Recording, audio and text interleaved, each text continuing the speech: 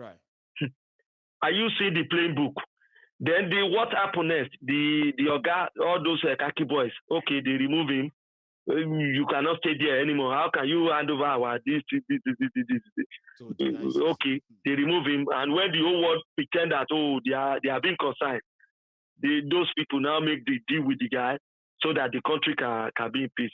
Brother, mark my word, between now and the next 2023, we want to, there will be no election in Nigeria, and what is coming up will be a Sudan matter. JJ. Do you know the reason why I'm giving you this analysis? Tell me. Now, you have talked, you just said it all, and I'm giving you the final. It's like when you do the analysis, like you give the conclusion. The conclusion is what I'm giving you. Our boy, our brother, from make we call them our brother from the Ukioya, from the north. They don't want restructuring. They don't. They don't want separation. No. Next year, up to now, they won't do election for 1.5 years coming, isn't it? Abi? Yep. The election is in 1.5 years. Let's put it that way.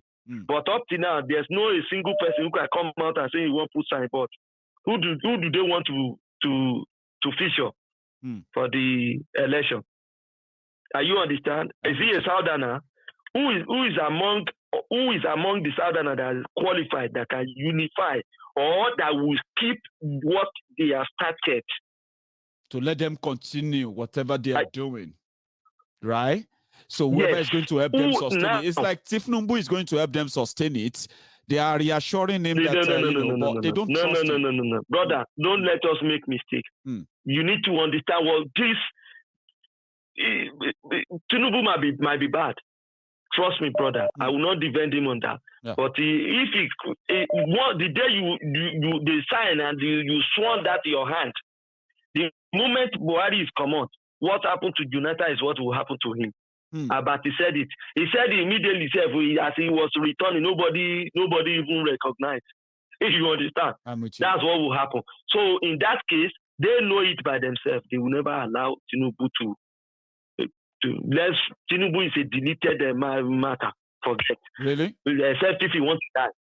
Now, who is among the Southerners that can help them to keep what they have started, the plan, the destruction of the Africans, the playbook of the West that is existing in Nigeria now?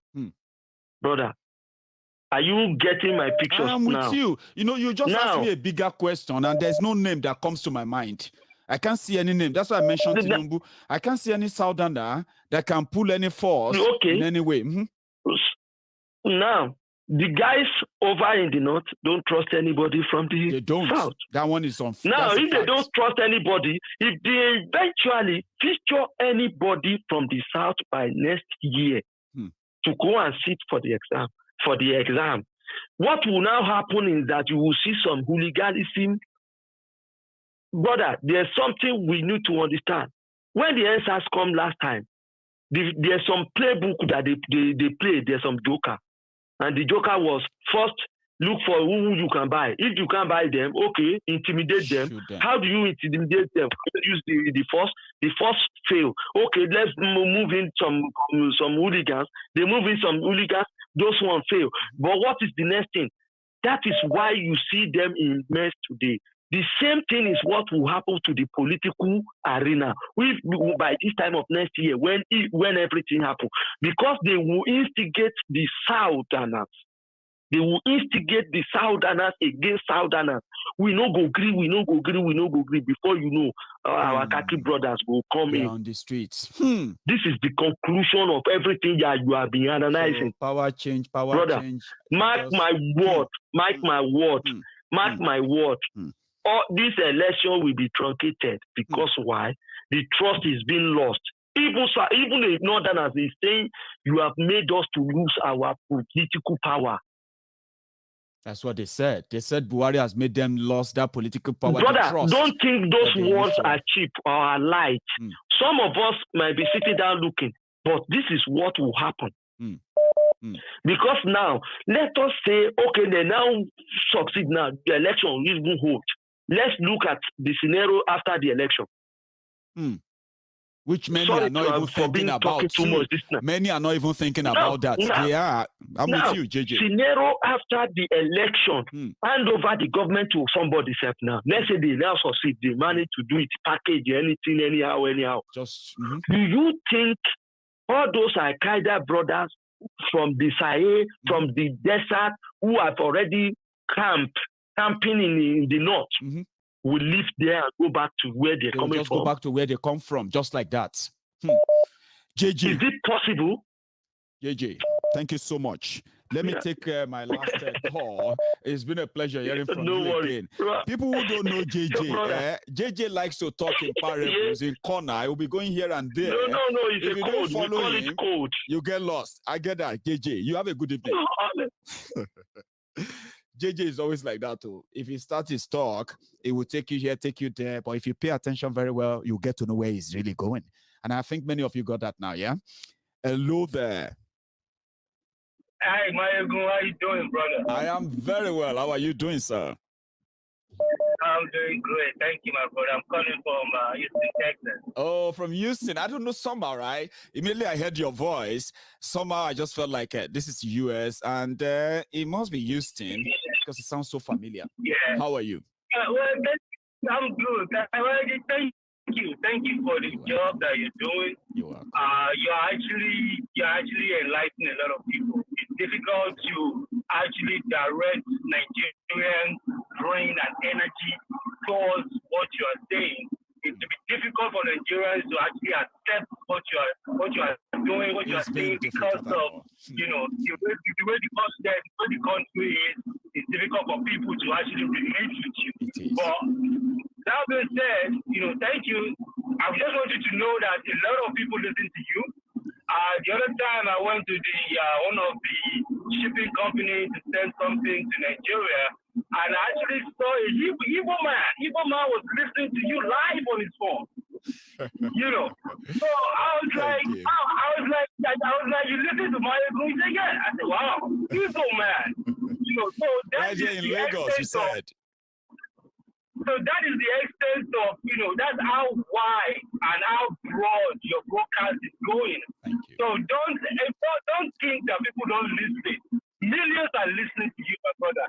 So keep doing what you are doing. I will. Just a word of encouragement. Thank you. There's something about you see this NSAS thing, right? One thing that you always say, most of the elite in Nigeria, most of the educated people in Nigeria, you always call them illiterate, something like educated illiterate or something. No, poor people with money. You know what I mean? Poverty of the mind. Poverty of the mind. So we have people that claim that they're educated in Nigeria, but they actually don't know anything. So look at Sanwo-Olu now. He embarrassed himself today. And even a common, a layman, if you put one and two together, you should know that they should tell Sanwo-Olu that you can't call those guys to come and march with you. They will not march with you. You should know that already before you go on a national TV and make that kind of broadcast and just jubilate yourself. Fast, Macaroni, Shehu Kuti, all those guys are the guys that were leading the NSAS thing. And when they finish the NSAS thing, they created they're going to do like a panel or whatever. They finished the panel. Lai Mohammed, she was against the panel. Wow, everybody's talking against this thing. And all of a sudden, you are coming to say those guys should come and march with you. I don't understand how these people think. Now, those guys came out at the decline that they don't want to now. They just rubbish you.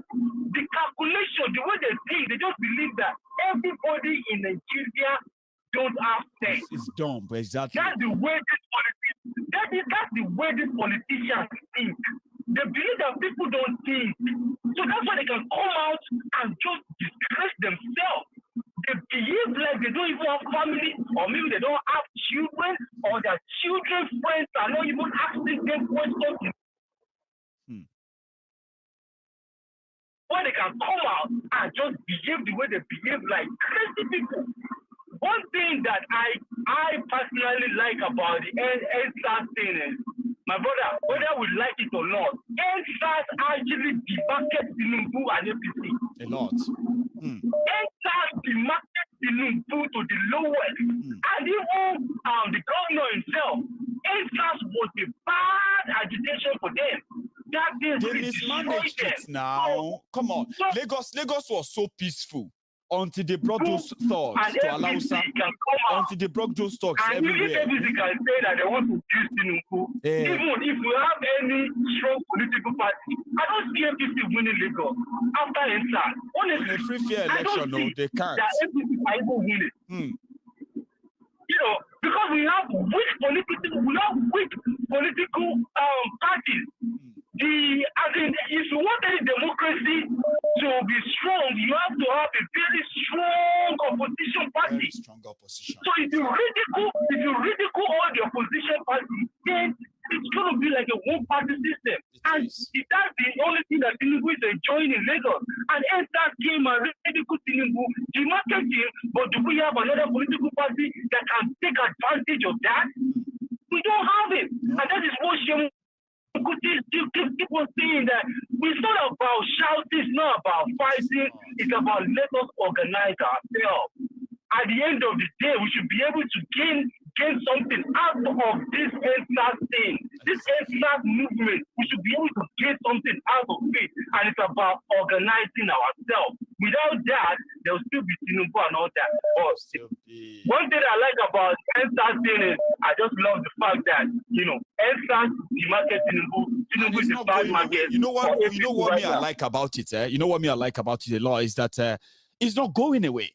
See, these guys are spending a lot. They are working like on steroids. People like Jackie on steroids, right? They are working to make this NSAS go away. For us to just say, forget that one, Jack. It's not going away. And like you said, it should be a big demarketing for Tinubu. But we're about to see that anyway. We're about to see. Well, we just have to keep. I don't know. To be honest with you, Maiyegun, I don't know how Nigeria is. I don't know if we can see a better Nigeria. That's a big one. The way it's going, even the people can't even look at the Sunday Igboho. Sunday Igboho has been locked up for how many months now? But I'm telling you that there's no group, there's no Yoruba group. Any that I've seen that stand up and carry one placard and say free Sunday Igboho, I've not seen anything like that. In fairness, what is going on? In fairness to them, right? Apart from being hunted down by the Nigerian system that continue to arrest them, to kill them and all of that, right? We have seen many, well, let me just put it this way. I've seen about 2 times that our people, even in Ibadan, they have staged a walkout, a protest for demanding for the release of you need more of that. Look at how the East people are rallying over Maiyegun and the Kanu. They're shouting, they're fighting for him. They should release him. Now they've locked up Sunday. Sunday has been fighting for the Yoruba people. And now, apart from the people protesting in US, the Yorubas in Nigeria have not seen enough of they're not fighting for this guy. They're not fighting for this only guy, apart from you shouting every day on your platform. Nobody is shouting that they should free the guy. The guy has been put on the bench for how many months? No protest, no agitation, nothing. Why can't they lock up the whole South Western because of this guy? But nobody is protesting. Election is going. Everybody is talking. Everything is free. Everybody is doing whatever they like. But the guy is in prison. They locked him up for how many months now? No agitation, nothing. You are shouting. You are doing your part. You are talking about it every day. That's how it should be. But apart from you, which platform, which group, are they disturbing the government of the Yoruba land concerning this Sunday Igboho? They're not doing anything like that. The governors are doing whatever they're doing. Sheyima Pinde is enjoying himself. Nobody is stressing him out. But the guy has been locked up. Anyway, God bless you, my brother. I'm with you. Thank you so much, for your time tonight. It's been a pleasure talking to you, by the way. But you didn't give me your name. You didn't tell us. Or you didn't want to. Oh, I think I've lost him. That is where we're going to draw the curtains tonight. We've managed to spend over 2 hours, right? thank you to every one of you who stayed back to this time. Since the time changed, since the Nigerian and the UK time changed, I have been kind of confusing my viewers. They don't know when is Maiyegun going to be live? When is it live again? Is it 10 o'clock? Is it 9 o'clock? However, we'll manage it as it is. So if you are just joining, don't worry, you can watch the program from the start all over again. It's detailed, and the calling part where people actually express themselves about the whole topic is also even more interesting. Take your time to watch, okay? My friends on YouTube, just before you go, give me that thumb up under that video, subscribe, share it. My friends on Facebook, thanks for your time.